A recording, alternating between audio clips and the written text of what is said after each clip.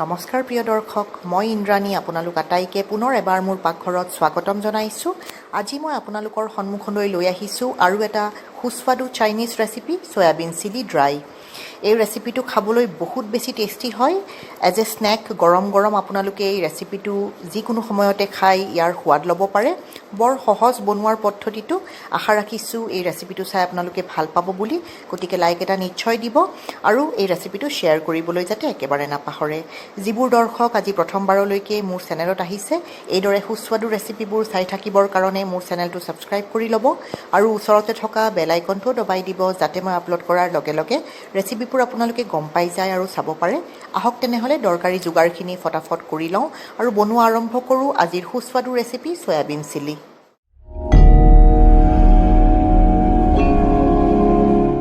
প্ৰিয় দৰ্শক, soybean chilli বনাবৰ কাৰণে মই এটা চচপেনত সৰহকৈ পানী উতল আহিবলৈ থৈছোঁ। পানীখিনি উতল আহোঁ হওঁতে ইয়াতে নিমখ আৰু চয়াবিনখিনি দি দিছোঁ। চয়াবিনখিনি প্ৰায় 5 মিনিটৰ কাৰণে মই বইল হ'বলৈ থৈ দিলোঁ। 5 মিনিট পিছতেই চয়াবিনখিনি ভালদৰে বইল হৈ পৰিছে, ডাঙৰ হৈও গৈছে, ফুলি গৈছে। এতিয়া পানীখিনি পেলাই দিলোঁ আৰু এইখিনি চেকি পেলাই চয়াবিনখিনিত ঠাণ্ডা পানী ঢালি দিলোঁ। এতিয়া চয়াবিনখিনিৰ পৰা এক্সট্ৰা পানীখিনি একেবাৰে চেপি চেপি ওলাই পেলাই এইদৰে চয়াবিনখিনি এটা পাত্ৰত থৈ দিলোঁ। চয়াবিনখিনি ৰেডি হৈছে, এয়া চাওক। এতিয়া চয়াবিনখিনিৰ ওপৰত সোৱাদমতে নিমখ দিছোঁ আৰু এয়া জালুকৰ গুড়িও দি দিছোঁ। 2 চিকুট দিলে হৈ যাব জালুকৰ গুড়ি, বেছি নালাগে।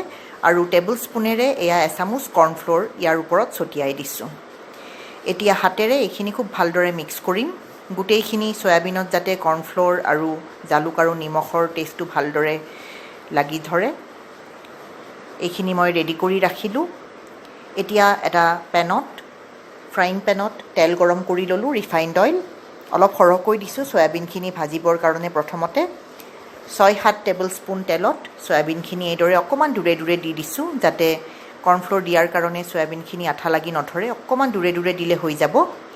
আৰু এইদৰে চয়াবিনখিনি মিডিয়াম ফ্লেমত ৰঙচুৱা হোৱালৈ ভাজি ল'লোঁ। গোটেইখিনি চয়াবিন মই এটা বেটছতে ভজা নাই, 2টা বেটছত ভাজি চয়াবিনখিনি এইদৰে প্লেটৰ ওপৰত টিছু পেপাৰ থৈ দিছোঁ আৰু ইয়াৰে ওপৰত চয়াবিনখিনি দি দিছোঁ, যাতে এক্সট্ৰা তেলখিনি চক কৰি লয়। এইদৰে 2টা বেটছত গোটেইখিনি চয়াবিন ভাজি পেলাই মই ৰেডি কৰি ৰাখিলোঁ। এতিয়া ফ্ৰাইং পেনত তেল কমাই দিলোঁ। এতিয়া মাত্ৰ 2 টেবুল স্পুন তেল ৰাখিছোঁ আৰু এই তেলত প্ৰথমতে আদা আৰু নহৰু মিহি মিহিকৈ কাটি থোৱা সেইখিনি ভাজি ল'লোঁ 1 মিনিট সময়। তাৰে পিছত কেঁচা জলকীয়া দিছোঁ আৰু এয়া স্প্ৰিং অনিয়নখিনি মই দি দিছোঁ তলৰ ফালটো। আৰু এইখিনি প্ৰায় 2 মিনিট সময় ভালদৰে মিডিয়াম টু ল' ফ্লেমত ভাজি ল'লোঁ। আৰু এতিয়া টুকুৰা টুকুৰকৈ কাটি থোৱা কেপচিকাম আৰু পিঁয়াজ দিছোঁ। মই এটা ডাঙৰ কেপচিকাম আৰু এটা ডাঙৰ পিঁয়াজ ব্যৱহাৰ কৰিছোঁ। পিঁয়াজটো মই অকণমান এইদৰে পাহ হিচাপত উলিয়াই লৈছোঁ। এইটো ষ্টাইলত মই আগতো এটা ৰেচিপি দিছোঁ, চিলি পনীৰৰ ৰেচিপিটোত মই বিশেষভাৱে কাটিব কেনেকৈ লাগে পিঁয়াজ আৰু কেপচিকাম আৰু বাকী চব্জি, সেইটো মই দেখাইছিলোঁ। আপোনালোকৰ দৰকাৰ হ'লে চাই ল'ব। এতিয়া জোখমতে নিমখ, জালুকৰ গুড়ি, এচামুচ টেবুল স্পুনেৰে চয় চচ, এচামুচ টেবুল স্পুনেৰে ভিনেগাৰ আৰু এচামুচ টেবুল স্পুনেৰে টমেটো কেচাপ ইয়াতে দি দিলোঁ। ভালদৰে লৰাচৰা কৰি দিম আৰু এইখিনি সময়তে এচামুচ কৰ্ণফ্ল'ৰত 2 চামুচ পানী দিছোঁ। এটা ঘোল বনাই লৈছোঁ, পাতল ঘোল এটা বনাই লৈছোঁ। আৰু এয়া চয়াবিনখিনি প্ৰায় 2 মিনিট ভাজি ল'লোঁ মই চচ দিয়াৰ পিছত। আৰু এতিয়া ইয়াতে কৰ্ণফ্ল'ৰখিনি যোগ কৰি দিম। মই বেছি কৰ্ণফ্ল'ৰ আৰু পানী ইয়াতে ব্যৱহাৰ কৰা নাই, কাৰণ মই এয়া চয়াবিন চিলি ড্ৰাই বনাম। আপোনালোকে যদি অকণমান গ্ৰেভি ৰাখিব খোজে তেতিয়া পানী আৰু কৰ্ণফ্ল'ৰৰ পৰিমাণটো বঢ়াই দিব। এইখিনি সময়তে দি দিব আৰু এইখিনি জাষ্ট 1 মিনিট ভাজিলোঁ। মানে কৰ্ণফ্ল'ৰ দিয়াৰ পিছত বেছি সময় ভাজি থাকিব নালাগে, 1 মিনিট ভাজিয়ে এয়া আগতে ভাজি থোৱা চয়াবিনখিনি দি দিছোঁ। এতিয়া ভালদৰে গোটেইখিনি মা মছলা আৰু তৰকাৰীখিনিৰ লগত চয়াবিনখিনি ভালদৰে মিলাই দিলোঁ। মিডিয়াম গেছতে কামটো কৰিছোঁ মই। আৰু লাষ্টত এয়া স্প্ৰিং অনিয়নৰ গ্ৰীণ পাৰ্টখিনি মই মিহি মিহিকৈ কাটি থৈ দিছিলোঁ, সেইখিনি ইয়াতে দি দিছোঁ। স্প্ৰিং অনিয়ন দিলে যিকোনো চাইনিজ ডিছ বনালে বৰ টেষ্টি লাগে। আপোনালোকে দি চাব, বজাৰত পাই, বৰ সহজে এভেইলেবল। এতিয়া গোটেইখিনি ভালদৰে তল ওপৰ কৰি দিলোঁ আৰু এয়া গৰম গৰম চয়াবিন চিলি খাবৰ কাৰণে একেবাৰে ৰেডি হৈ গৈছে। প্ৰিয় দৰ্শক, কেনে পাইছে চাই পেলাই? এয়া চাওক, হোটেলৰ দৰে দেখিছেনে আপোনালোকে? যিমান ধুনীয়া দেখিবলৈ হৈছে তাতকৈ বহুত বেছি ইয়াৰ টেষ্ট হৈছে। আপোনালোকে যদি এবাৰ এই ৰেচিপিটো ফ'ল' কৰি বনাই চাই তেতিয়াহে আপোনালোকে বুজিব, বৰ বঢ়িয়া হৈছে।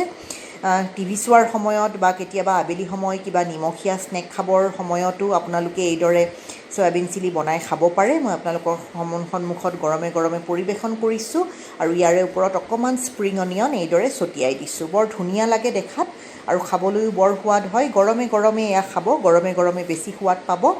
আৰু এজ এ স্নেক আপোনালোকে খাব পাৰে, লগতে আপোনালোকে এজ এ মেইন কোৰ্ছো খাব পাৰে ফ্ৰাইড ৰাইচৰ লগত। বৰ জুতি লগা হয়। মই আশা ৰাখিছোঁ আজিৰ ৰেচিপিটো চাই আপোনালোকে ভাল পাইছে বুলি আৰু অতি সোনকালে চয়াবিন চিলি বনাই খাব বুলিও আশা ৰাখিছোঁ। ৰেচিপিটো ভাল পাইছে যদি লাইক এটা নিশ্চয় দিব আৰু ৰেচিপিটো শ্বেয়াৰো কৰিব বুলি মই আশা ৰাখিলোঁ আপোনালোকৰলৈকে। আৰু প্ৰিয় দৰ্শক, আজি সময় উলিয়াই আপোনালোকে মোৰ এই ৰেচিপিটো চালে বহুত বহুত ধন্যবাদ। পুনৰ লগ পাম অতি সোনকালে আৰু এটা নতুন সুস্বাদু ৰেচিপিৰ সৈতে। ধন্যবাদ।